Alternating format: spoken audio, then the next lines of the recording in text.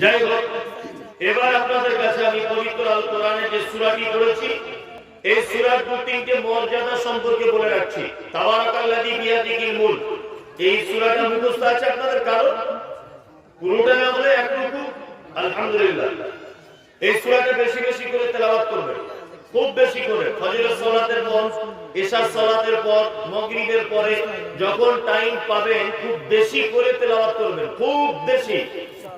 কারণ হচ্ছে যে এই সূরা যে তেলাওয়াত করবে এই সূরাটা নিজেই আল্লাহ সুবহানাহু ওয়া তাআলার সাথে কিয়ামতের দিনে কথোপকথনে লেগে যাবে যে আল্লাহ আমাকে যে তেলাওয়াত করেছে তাকে যতক্ষণ না জান্নাত না দান করা হচ্ছে আমি সাক্ষী না। তার মানে এই সূরা বেশি করে তেলাওয়াত করলে অবশ্যই আপনার জান্নাতে যাওয়ার একটা রাস্তা। দ্বিতীয় কথা এটা জেনে নেন, এই সূরাটি বেশি করে যদি আপনি তেলাওয়াত করেন, আল্লাহ নবী সাল্লাল্লাহু আলাইহি ওয়াসাল্লাম বলেছেন কুল্লু আজমিন ইয়াকুলুত তুরাব, মাটির এত পাওয়ার। এই মাটি যেটা আমরা দেখতে পাই, যার উপরে আমরা গাড়ি নিয়ে চলছি, যার উপরে আমরা দৌড়াদৌড়ি করছি, আল্লাহ নবী সাল্লাল্লাহু আলাইহি ওয়াসাল্লাম বলেছেন কুল্লু আজমিন ইয়াকুলুত তুরাব, মানুষের মাটির এত পাওয়ার যে মাটির ভিতরে পৃথিবীর কোন দামি মানুষ, ক্ষমতাবান মানুষকে যদি ঢুকিয়ে দেওয়া হয় মরণের পরে, তাহলে মাটির পাওয়ার এত যে তার হাড্ডিকে খেয়ে চৌচির করে দিবে। ইল্লা আজমিজ জামবে, তবে মানুষের দেখে একটা হাড্ডি আছে যেটা কবর কিয়ামত পর্যন্ত খেতে পাবে না। ওই জন্য দেখবেন পুরাতন কবরস্থানে কবর খুঁড়তে গেলে অনেক সময় কিছু কিছু হাড্ডি খুঁজে পাওয়া যায় না? যায়। যদি না পাওয়া যেত তাহলে মুহাম্মদ সাল্লাল্লাহু আলাইহি ওয়াসাল্লামের এই কথাটা প্রমাণ করতে বড় কষ্ট হতো, কিন্তু পাওয়া যায়। কবরে আযাব হয় না? হয়। আত্মার জগতে আযাব হয়, কবরে আত্মার জগতে। এই আযাব থেকে যদি আপনি পরিত্রাণ পেতে চান, আপনার আযাবটাকে যদি হালকা করতে চান, তাহলে অবশ্যই আপনি সূরা মুলক তেলাওয়াত করবেন। কবরের আযাব থেকে অবশ্যই আপনি মুক্তি পাবেন ইনশাআল্লাহ। তাহলে দেখা যাক, আমরা কোরআনের বাংলাটা সাধারণত পড়ার টাইম হয় না, কারণ খুব অল্প সংখ্যক মানুষ আছেন যারা কোরআনের বাংলা অনুবাদ করেন বা পড়েন।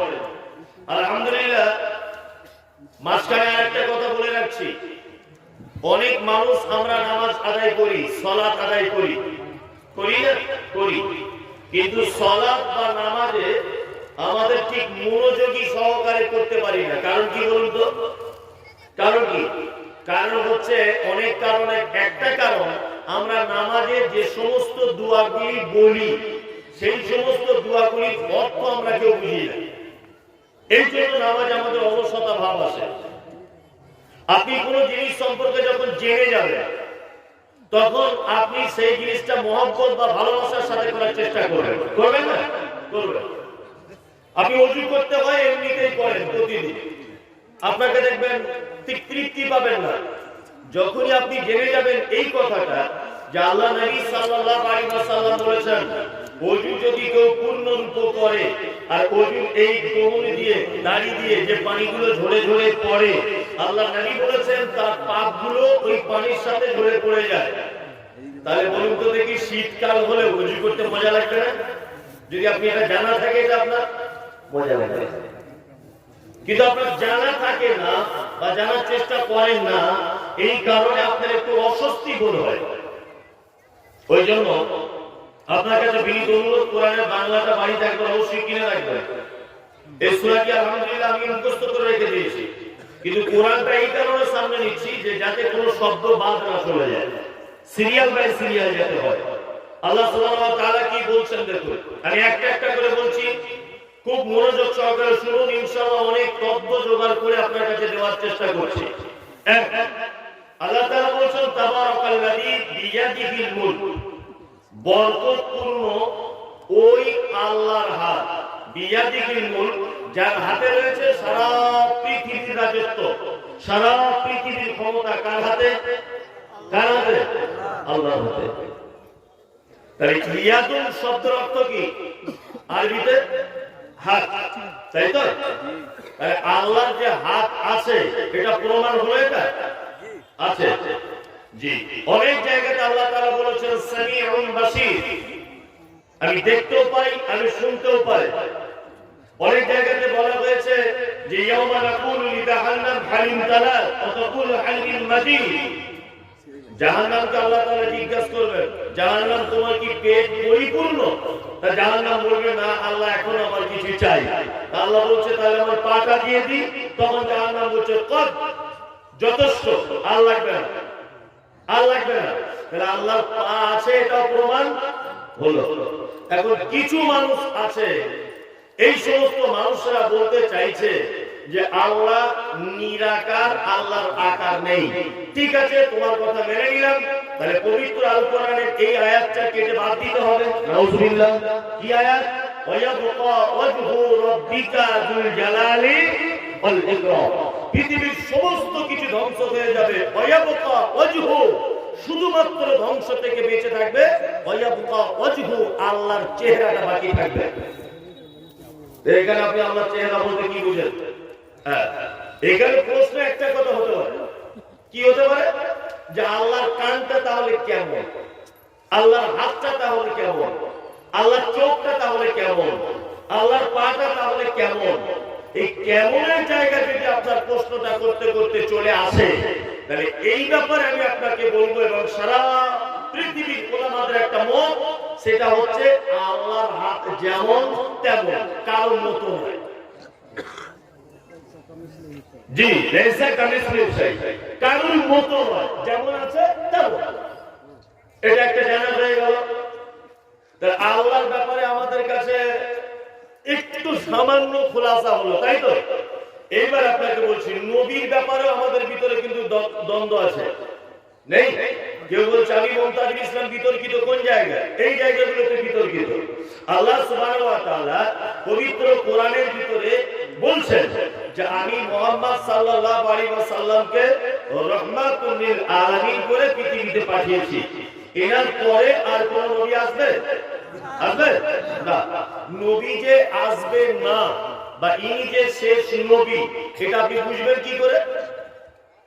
যদি বলছেন কোরআনে বলা আছে, অনেক বেঈমানদার রয়েছে, মুসলিম নামদারি, বড় পাঞ্জাবি, মাথায় টুপি আর মুখে বড় দাড়ি, কোরআনের আয়াতটাও পর্যন্ত মানতে অস্বীকার করছে। এই জন্য এদের উদ্দেশ্যে আমি বলছি, খুব মনোযোগ সহকারে এবার আপনি আমার যুক্তি সম্পূর্ণ কিছু কথা শুনুন।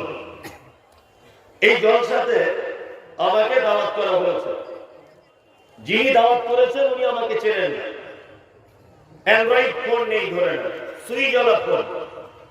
তা উনি আমাকে দাওয়াত করার সময় বলেছেন, আপনার নাম কি? আমার নাম মুমতাজুল ইসলাম। আপনার বাবার নাম কি? মোহাম্মদ মুস্তাফা। গ্রামের নাম ফলদি, থানা দত্তপুকুর, জেলা উত্তর 24 পরগনা। ছেলে মেয়ে কটা? এক ছেলে এক মেয়ে। জন্ম তারিখ 2-3-1990। আচ্ছা ঠিক আছে, আমাদের গ্রামে জলসা অমুক তারিখে 5 তারিখে নভেম্বরে, আপনাকে দাওয়াত দিলাম, আপনি অবশ্যই আসবেন। আমি চলে এলাম। মাগরিবের নামাজের পরেই ঢুকে গেছি। তা উনি আমাকে রাস্তা পানি সবকিছু করালেন। করানোর পরে আরেকটা লোক এসেছে, এসে উনি তখন জিজ্ঞাসা করছেন, ভাই আপনার নাম কি? বলছে আমার নাম মুমতাজুল ইসলাম। বাড়ি? না উত্তর 24 পরগনা। ছেলে মেয়ে কটা? এক ছেলে এক মেয়ে।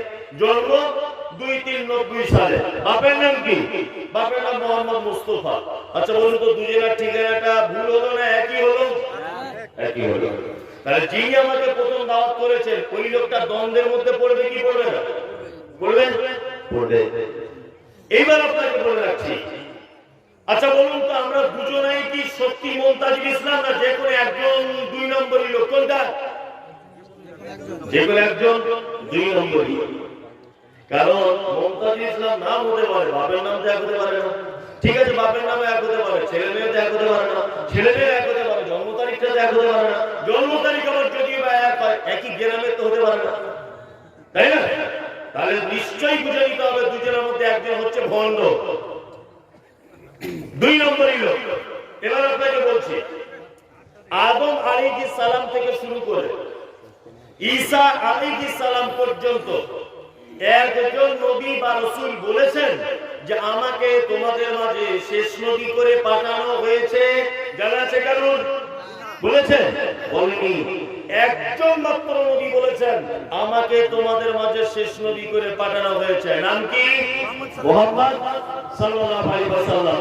তাই আর বুঝতে দেরি হলো না যে তিনি শেষ নবী নন। দেরি হলো না তো? নয়। যদি মাঝখানে আবার কোন নবী বলে দিতেন তাহলে কিন্তু ভেজাল লেগে যেত, কিন্তু কেউ বলেনি। এবার আপনাকে বলছি নবী ব্যাপারে যেটা আমাদের মাঝখানে চলছে, নবী নূরের না নবী মাটি চলছে না? চলছে। আপনাকে আমি দুটো তিনটে জিনিস বলে দিচ্ছি, খুব মনোযোগ সহকারে শুনুন। আচ্ছা, মুহাম্মদ সাল্লাল্লাহু আলাইহি ওয়াসাল্লামের জন্ম কোথায়? মক্কায়।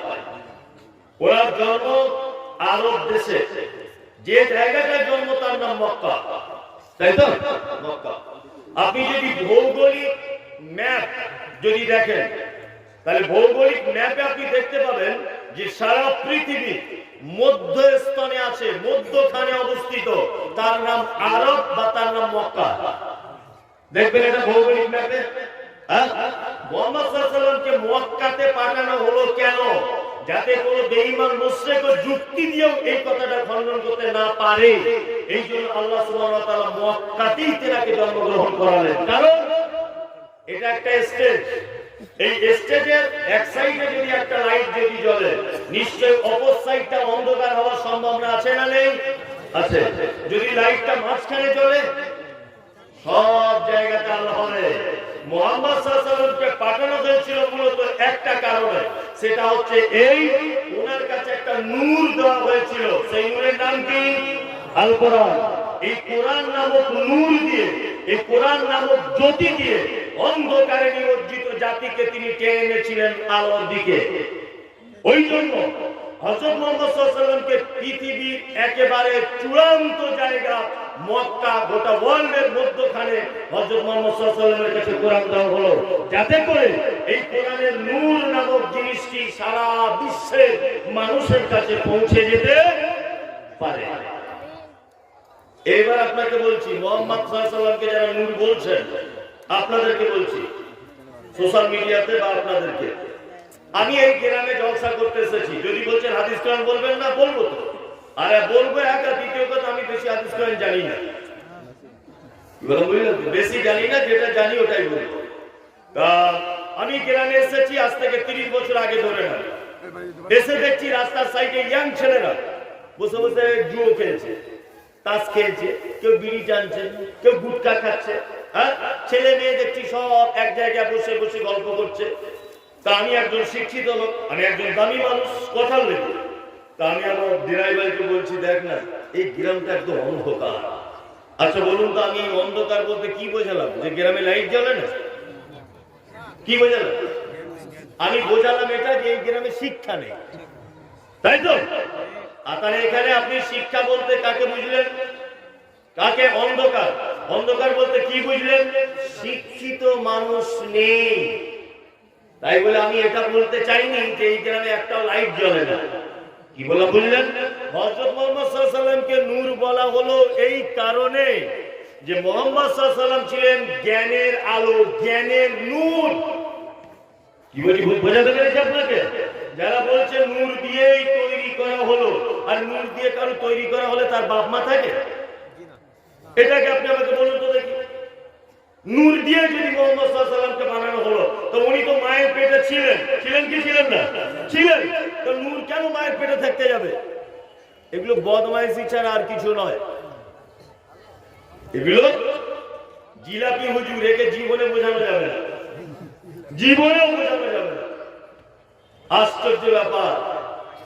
বলছে কবরে গিয়ে মানত করতে হবে, মাজারে যেতে হবে। বলছে কেন? বলছে তুমি যদি আম গাছের উপরে উঠতে চাও তাহলে কি এমনিতে লাফ দিয়ে উঠে যাবে? ডাল ধরতে হবে না? হ্যাঁ ঠিক আছে, আমরা আম গাছে উঠি না, আমরা নারকেল গাছে উঠি, আমাদের ডাল লাগে না।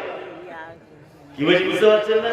এই জিলাপি হুজুরদেরকে বোঝানো বড় মুশকিল, খুব মুশকিল।